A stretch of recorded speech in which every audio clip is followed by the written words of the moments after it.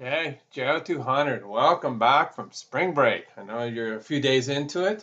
Today is the 22nd. I'm looking at my calendar of March, and I am about 2 weeks and a couple days in to a total knee replacement. And let me tell you, your spring break was a lot more fun than my spring break, okay? Um, it is what it is, especially when you're an athlete. I know you guys are, a lot of you are athletes, and there's only so much wear and tear. The surgeries I had done because I was a basketball player when I was 26 really weren't done right. So you're probably going to fare better than me. But nonetheless, the number of total knee replacements and hip replacements that are ongoing in all of the communities all around the country are kind of mind blowing. So I am going to tell you straight up that there's a lot of pain associated with this surgery, and the first couple of days are mind blowing. So yeah, they actually had me up on a walker 4 hours after I had my surgery, and sent me home the next morning at 11. But yeah, you're on a lot of OxyContin and Tylenol, and a lot of OxyContin you have to do it. You have to manage the pain. Here's what it is. It's a crazy, crazy surgery. They actually have your femur, sorry, and your tibia that are the joint that is the hinge. They saw off the big chunk of the tibia, okay, which is the bottom. They saw off a big chunk of the femur, which is the top, okay, and they push in and drill and shape and put on metal with a plastic coating, metal plastic coating. In the case of my knee, you saw from the x-ray, they actually had to take out a chisel for a good half hour and chisel away all the extra bony growth that had happened. The Dr. Robert Gorab, who is a phenomenal surgeon down here in South Orange County, said I had all kinds of rocks floating around from debris from that had formed, and also from shards that had broken off in my knee. So yes, it was pretty phenomenal. Okay, here I'll do a little show and tell for you, just to let you see what it looks like. Okay, I'm going to come over here. Okay, I'll move my chair over a little bit. What we do here. Okay, and this is my new best friend. Okay, which is my cane. Okay, you're probably not going to hear me as I get distant. Okay, but come over here. Okay, I'm going to turn, okay, and you can look at my knee. I'm going to come closer, and so you can see the incision goes from here to here. Right now, the staples are gone. We have steri strips on there, okay, and yes, I have skinny little twig legs, and the hard part now coming forward is range of motion, of which I have very little, and because of swelling, and what I need to do next is to work on my range of motion through painful physical therapy with lots of OxyContin. It is what it is, and you just have to use it as a therapeutic, not as a recreational. Okay, enough about me. So where are we here? So we are embarking on a new part of the course, matched up pretty well in terms of the readings, okay? So when we look at the readings right here, okay, so we're going to come in here, we're just starting the economics of aging. Now, the caregiving part right here, for me, was pretty timely. I've talked about the caregiving that I've done for my wife, and then she turned around and was phenomenal. And the amount of caregiving due to somebody that has a full knee replacement, total knee replacement, the first week is pretty intense. I'm up every 2 hours taking drugs with my ice machine. So I'm showing you this little picture right here, okay? So that's a fun photo booth picture of Julia and I. She is amazing, okay? And we're just having a blast, and you can probably not see the focus, but anyway, she's the best, okay? Alrighty. That was before my surgery. You haven't figured that one out. Okay, so I'm gonna stick that back up there. Okay. All right, so that's caregiving. God bless Julia. I don't know what I would have done without her. And think about people that don't have caregivers and have to undergo these kind of surgeries. I was thinking to myself, oh my God, if I didn't have my wife, just the spreadsheets we had to have running in terms of changing ice in the ice machine, the spreadsheets in terms of the number of drugs I'm taking, to avoid throwing clots, to accelerate the healing, the muscle relaxants, the OxyContin, blah, crazy. All right. That was last week. This week we're doing here. We're going into for you business majors, your wheelhouse. Okay, we have a number of sections. We're going to look at social economics. We're going to need economic preparation for retirement, and we're going to go into investing in retirement. So this is right up your wheelhouse. All right, so when you click on here, it takes you here. If you click on right here, it takes you to the actual PDF file, and it's it's looking at societal issues that are coming with longevity. Okay, it's something that you're going to have to deal with. We hear it discussed day in and day out. Employment, okay, and in your discussion, it was very topical, okay, very timely.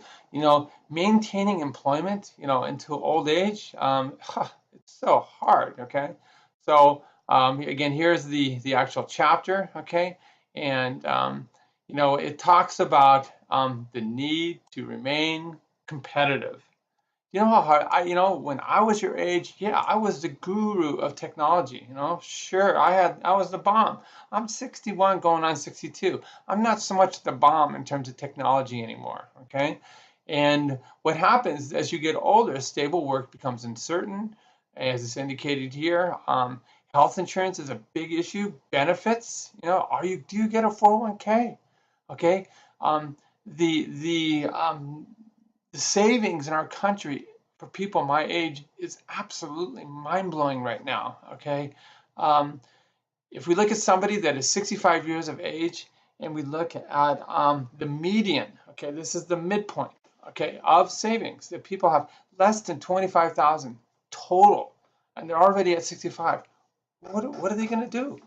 They're not going to be able to pay rent, buy food. No wonder we have the homeless issues that we're encountering right now. We have a big deal going on in South Orange County right now too. I don't know if you heard about it in the news. They're trying to move all the people out of the Santa Ana River next to Anaheim Stadium and move into local communities like Huntington Beach, Irvine, and Laguna Niguel. So it's a big deal. Okay. All righty. We see large impacts to Social Security, okay? As you scroll through this, okay, when you are thinking about the future, and you should be thinking about the future, about yourself, your parents, your grandparents, what are the responsibilities, And it's really neat that this ties economics to family relationships, okay? We are going to have to go to new types of relationships.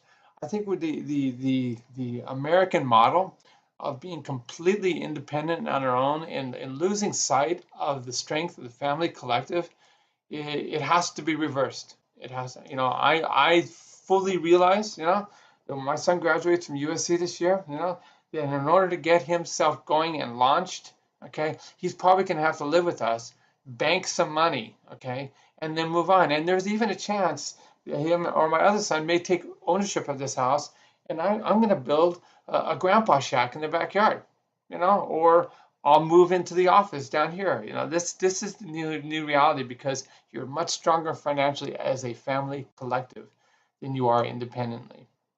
And this is how things are done worldwide. Okay, all right. So it goes into really the neat aspects of this. Now, with longevity, we have ambiguities, okay? We're not used to all this longevity. We have oftentimes divorces, deaths, and remarriage. So all these things are brought up in this chapter. It's really neat.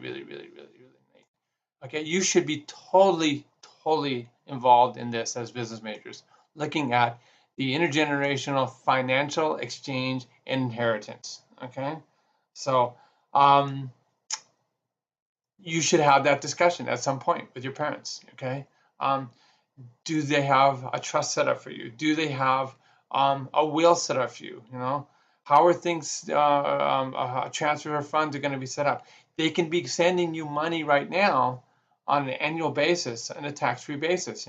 Find out what that amount is. It's about $16,000 a year right now, okay? Alrighty. Rethinking the meaning of retirement. Okay, this is a big one, big one. Okay, sure, I'd like to retire at 65. There's no freaking way, So so I've set my goal based on my mortgage for my house here. Okay, based on the expenses of my children, based on the expenses of healthcare and Julia with her cancer, that realistically, I've been working my whole life. I'm thinking 72 now is realistic. Okay, this first of all, I'll maintain my income. Okay, secondly, by pushing back my Social Security, I'll get the maximum benefit with my Social Security, and I'll continue to contribute to my 401k. I can continue to take risks with my 401k right now, since I know that I'm going to be working for another 10 years. Okay. Alrighty. There's a new sheriff in town in Washington, D.C., and what does all that mean? Okay. This is for those of you that are political scientists. So it's really, really cool reading. Okay. It's your class. It's your option. Throw yourself into it and figure it out. Okay. All right. Now, in terms of the discussions, okay, again, it was pretty timely that we're talking about unemployment and aging. Okay. And the stress that it does, what it does to your health, and there's a change in demand. People want young workers that don't have responsibilities that older people have. They want techie people too that can code and things like that.